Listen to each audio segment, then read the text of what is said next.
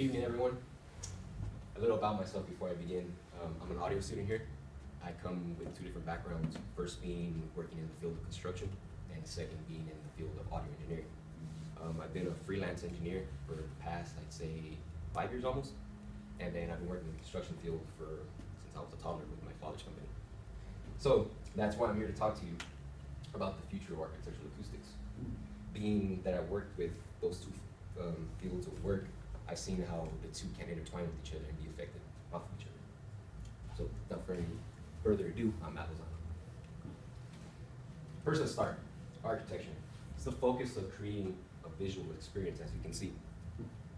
But what is a visual experience without an audible response to go along with it? That is why there's architectural acoustics. Architectural acoustics is a design mechanism used by architects when they're designing. They implement it within the design so they can change different types of waves within a space, therefore changing the size, the behavior, and the quality. But did you know our architecture can also depress and elevate different senses of our body? And those different elevations and depressions can affect the way we, how can I say this? The way we connect with people and the way we socialize with people within a space. So with that being said, imagine the future implementation of acoustics within homes, hospitals, and schools. Being able to intensify the experience within the actual space to maximize the experience, whether if you're within a home and you're bonding, whether you're in a school and you're learning, whether if you're in a hospital and you're healing. Acoustics. Within a home, you can apply this to maternal-infant bonding within a home nursery. Being that this type of acoustic design can alter these emotions, using that type of emotions, we would be able to create stronger bond connections with children, with our children. Being that children have to be with their mothers the very first few months of the pregnancy, imagine not only extending the stay of the pregnancy to create a bond, something that's stronger, where that's more impactful through the child's life.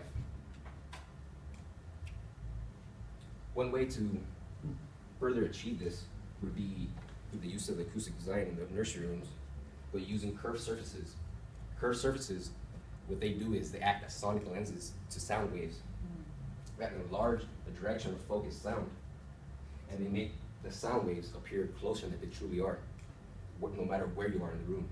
So imagine applying that to acoustic nursery rooms, where your child is in the middle of the room, and you could be at the other side of the room, say getting the baby's formula ready, and you could be talking to the child, and where it doesn't seem where you're farther than the child when it's in the center of the room, where it seems like if you're still there next to it. And now, further, imagine actually simulating this encapsulation of within a mother's womb and actually applying that feeling within the design of a room by using that actual encapsulation of the design of the room and isolating any further sound from coming into the room to interfere with the actual bond happening between whether it's the parent, brother, the sister, grandparent, and the child. So further reducing the sound, incoming sound to the nursery room would be the reduction of transmission waves. What transmission waves are, it's the wave that dissipates on the other side of the material that absorbs it, therefore still giving a audible representation of the sound that was originally going through the material. As you can see, the noise source goes, a reflection happens, some of the sound is absorbed, and that is the transmission waves that continues through the actual piece of material that the sound vibrates through. So transmission is how much sound passes through the actual material that the walls of the room are made of. In other words, silence is golden. So being that silence is golden, imagine applying this more silence, appreciation of silence towards the actual implementation of learning environments within classrooms. Did you know that there was a study of children, not children, of classrooms where actual information that is let in through the design of the room is actually annoys people, because it's kind of a sense of it's a sense of how can I put this? It interferes with your privacy.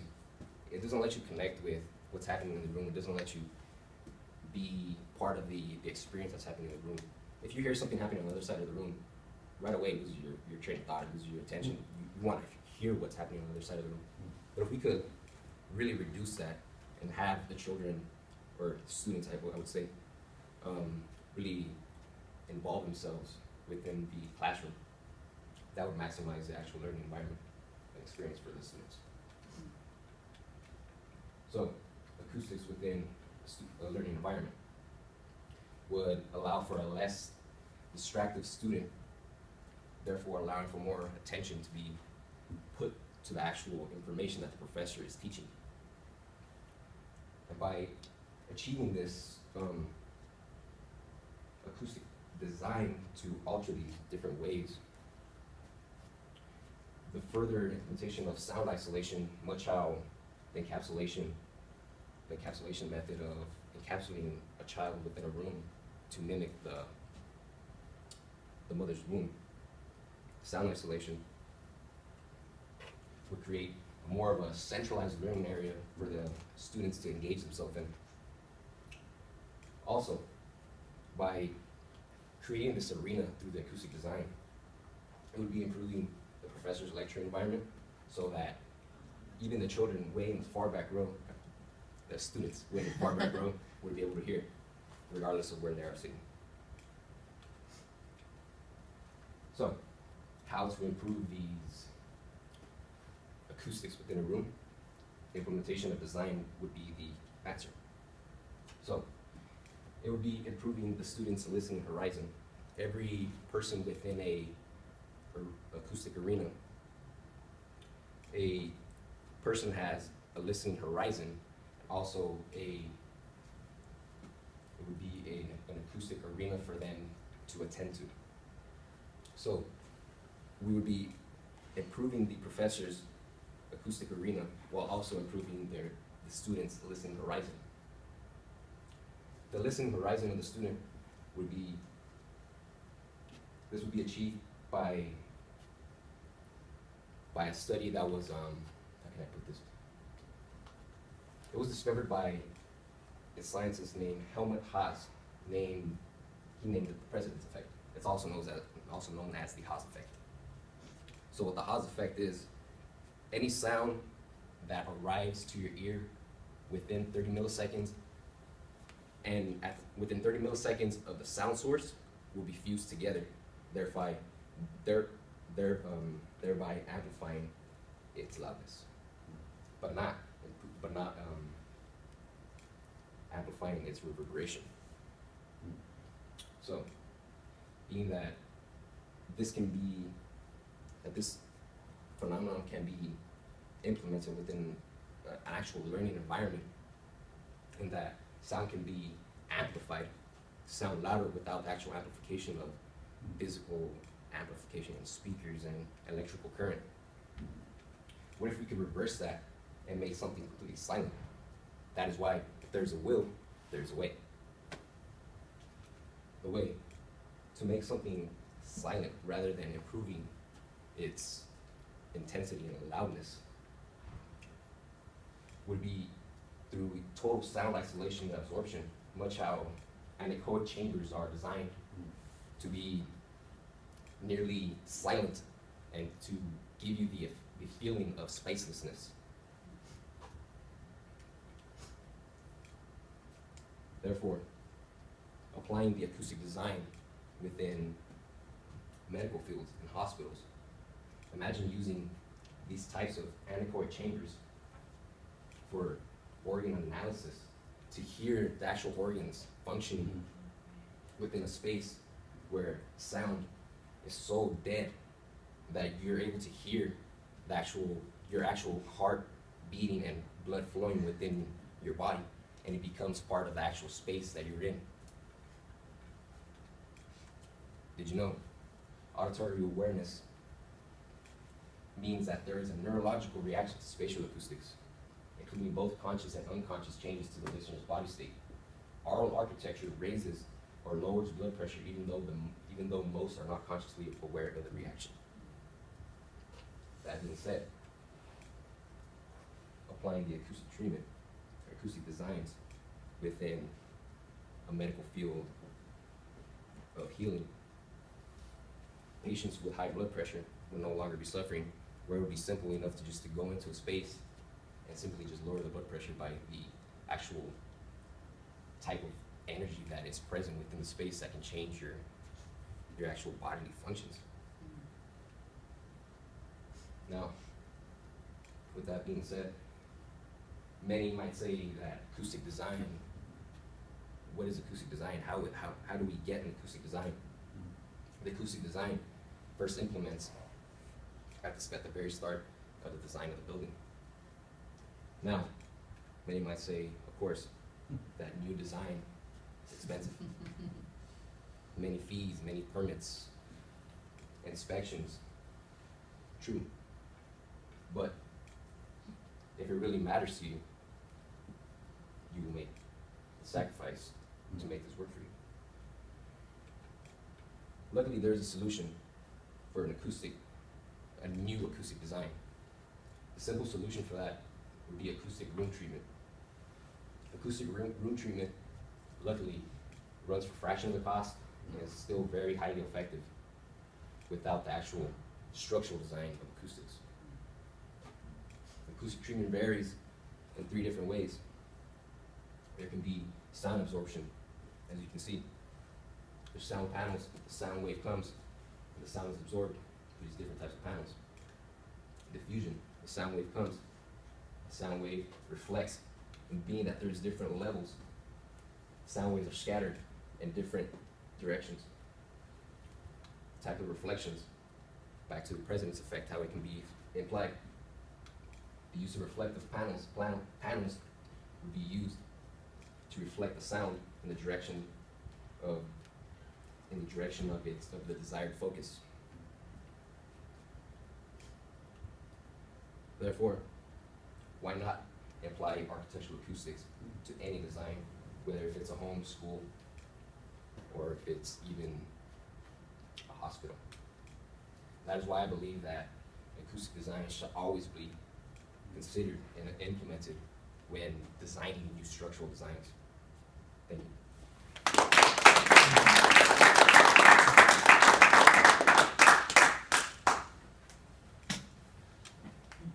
Now I'll open up to any questions. Matt, it's great to see that this has certainly been a topic of yours and that I've even seen in my World of Civilizations class, where you looked at the acoustics of amphitheaters in Greece and the way that the Greeks understood acoustic architectural design, and certainly the ancients, not just the Greeks themselves. We'll include many people in that. But I was wondering, when you started to express that these acoustics can be used in other spaces for the benefit of the people in these spaces. I certainly understand the schools, and we saw earlier Lexi's presentation of how also these acoustics can be used in hospitals, and I see that certainly carries on that understanding. But the idea of this kind of silent chamber to be used, when you see that, do you see any sort of other uses for these? I can't even say the word. Yes. What other uses than just in a medical kind of sense? Other uses that aren't used now, or Yes. Uses that are used now. But what uses are used now then? Uses that are used now would be testing of, say, audio equipment to see how really efficient it is. They actually have huge anechoic chambers where they test cars to see how efficient, what's actually being put out, the actual, you know, there's regulations that Sure, the exhaust can't be decibel that loud. sounds and things like that for So really, factories, they stick, there's rooms that are huge that they're able to stick full, say like 737 jet planes and airplanes, and they can test whatever they need to. Oh, very So cool. really, it depends on the size. Just like I said, if there's a will, there's a way. It can happen. Sure, so, and what do you see the future of other than perhaps the implications in the hospitals, or is that the kind of where your thoughts went, or have you perhaps have any other? My thoughts are more, being like I said, where I come from the construction side, Yeah. being where you always go to different people's homes and stuff like that, and how I see the different steps of the process goes. I'm more aimed towards, I would say, the home environment, because Right. it's cool how you can how you can alter your own house just to welcome you, or how you can have someone feel some way just by the design of the room. So being that I came from the home design area, I would say that's more something that focuses me, Right, sure. that calls my attention. But the healing has always interested me, the schools, the actual amphitheaters and all that has actually always interested me also. Okay, cool. Thanks for that. In your personal experience with your father's company, for instance, in construction, have you been involved in constructions that did take into account acoustics? Unfortunately, no, but that is something I am trying to apply towards the company now with my father. My brother's an architect, so now that I've been studying this, we'd like to apply it all together and actually create something. Could set your company apart. Exactly, that's what I mean for the future. I'll come work with you guys too. Yeah. Yeah. Yeah. They'll have an interior designer on staff. There you go. There you go. The company's getting big. So, I got a question. And then we have the rooftop know. and the garden The there. garden, yes. Where they've practiced their designs for finishing things here at this Yeah. stuff.